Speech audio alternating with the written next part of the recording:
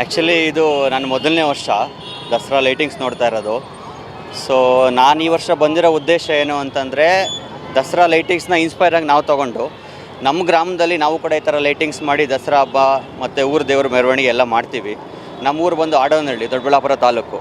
ನಾವು ಈ ಮೈಸೂರು ದಸರಾ ಹಬ್ಬ ಲೈಟಿಂಗ್ಸ್ನ ಇನ್ಸ್ಪೈರ್ ಆಗಿ ತೊಗೊಂಡು ನಾವು ನಮ್ಮ ಗ್ರಾಮದಲ್ಲಿ ಇದೇ ರೀತಿ ಎಲ್ಲ ಬೀದಿಗಳಲ್ಲಿ ದೇವಸ್ಥಾನಗಳಲ್ಲಿ ಲೈಟಿಂಗ್ಸ್ನ ಮಾಡಿ ಇದೇ ರೀತಿ ಹಬ್ಬ ಮಾಡೋದಕ್ಕೆ ನಾವು ಪ್ರಯತ್ನ ಪಡ್ತಾ ಇದ್ದೀವಿ ಕಳೆದ 5 ವರ್ಷದಿಂದ. ಲೈಟಿಂಗ್ಸ್ ನೋಡೋಕ್ಕೆ ಅಲ್ಲಿಂದ ಬಂದಿರೋದು? ಹೌದು, ನಾನು ಲೈಟಿಂಗ್ಸ್ ನೋಡೋದಕ್ಕೇ ಅಲ್ಲಿಂದ ಬಂದಿರೋದು. ಯಾಕಂದರೆ ನಾನು ಕಳೆದ ವರ್ಷನೇ ಬರಬೇಕಾಗಿತ್ತು, ನಾನು ವಿದೇಶದಲ್ಲಿ ಕೆಲಸ ಮಾಡೋದು. ಸೊ ಈ ವರ್ಷ ರಜೆ ತೊಗೊಂಡು ಲೈಟಿಂಗ್ಸ್ ನೋಡಬೇಕು ಅಂತಲೇ ನಾನು ಮೈಸೂರಿಗೆ ಬಂದೆ.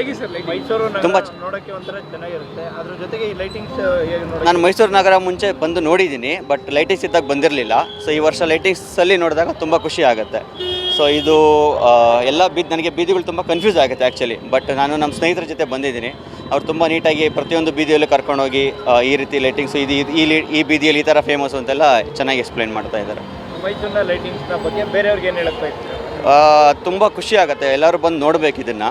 ಸೊ ಇದು once in a lifetime moment. So miss ಮಾಡ್ಕೊಳ್ಬೇಡಿ, ಬಂದು ನೋಡಿ, ಎಂಜಾಯ್ ಮಾಡಿ.